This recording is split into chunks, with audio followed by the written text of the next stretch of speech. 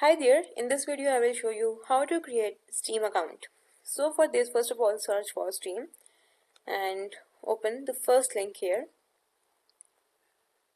It may take few seconds while opening. So this will be the main page where you will be landed. So now here what you need to do is click on login.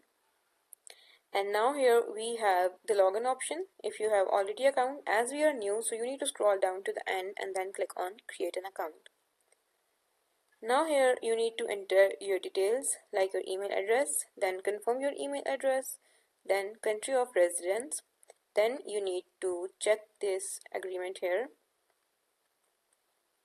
Check this box and check this box that I am not a robot and then click on continue. Then you need to confirm your password and you're good to go. Your account is created.